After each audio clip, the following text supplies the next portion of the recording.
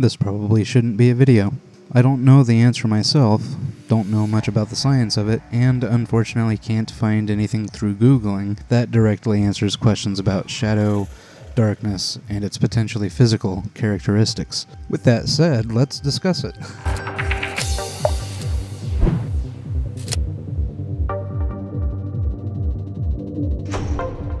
So let's start with the scientific side of things. Light is said to be a series of particles zooming through space, a beam of radiation. Darkness, even in science, is a more abstract concept.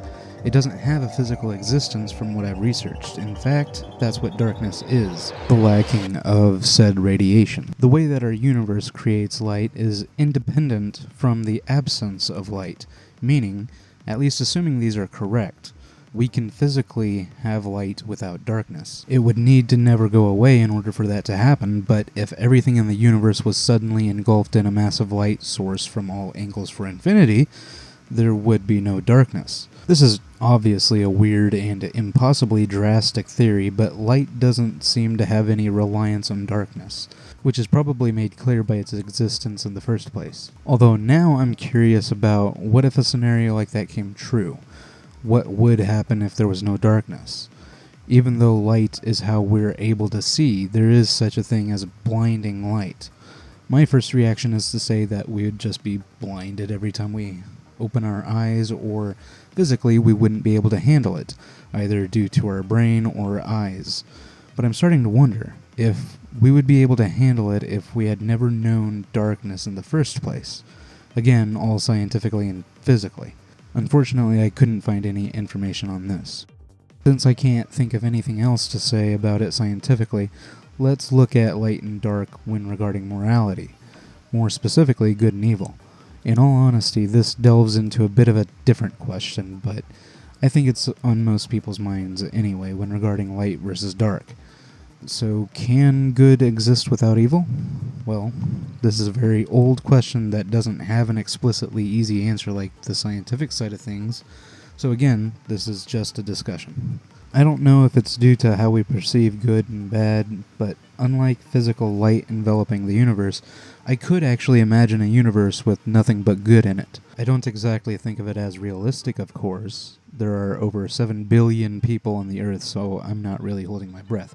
Still, if, for example, all 7 billion people suddenly changed for whatever reason and decided to devote their life to goodness, to themselves and others, I could easily see a world with no evil. Even so, there are many different beliefs on this. One example that contrasts is the belief that catastrophe, and possibly even worse, would occur if there's not enough balance. So, about those volcanoes.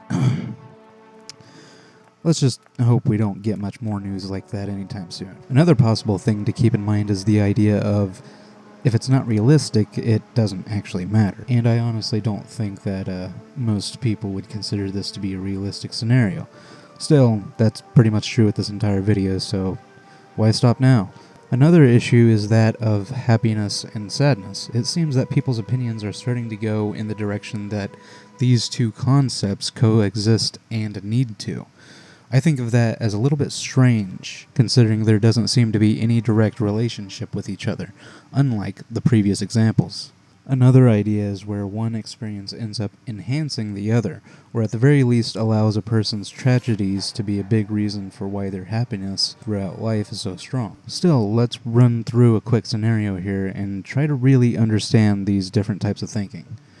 If you were to look at a child's experiences, or try to remember your own, you probably think of them as being quite joyous, more often than not. And, in all honesty, generally most adults I know don't seem to be as happy as children, whether that be their most joyous moments, or just in general. It honestly seems like children don't need much tragedy in their lives to truly enjoy life. I'm not going to get ahead of myself, though. A child's life in general seems different as well. And it's not like they don't go without sadness either. I mean, we're born crying out of the womb. And who knows, maybe the punishments a child receives to, for example, not be able to play with their toys is legitimately saddening more than I'm thinking it is. Is it as bad when you're an adult going through some of the horrors that life can throw at you? I don't know. What I do know is most people go through a lot, and I've made my own observations on happiness and sadness. Now, if your experience is different, then so be it. I don't really consider this to be a right or wrong answer, but from what I've seen, it seems that it's similar to how light and darkness is, scientifically. That the more light or darkness there is, the more you're enveloped in it, and the harder it is to get out. And even when you do get out, the other contrasting experiences aren't of greater quality than before, but rather that of lesser. I don't think I've honestly seen anyone to be happier after more tragedy occurring. That's true for either long-term or short-term. It may be realistic to say that both occur in many different forms, but at least from my experience, one doesn't seem to enhance the other's experience. Still, the opposite of what I say may be true for you. So, what's your experiences? Do they contrast or do they sort of harmonize with mine? Let me know in the comments.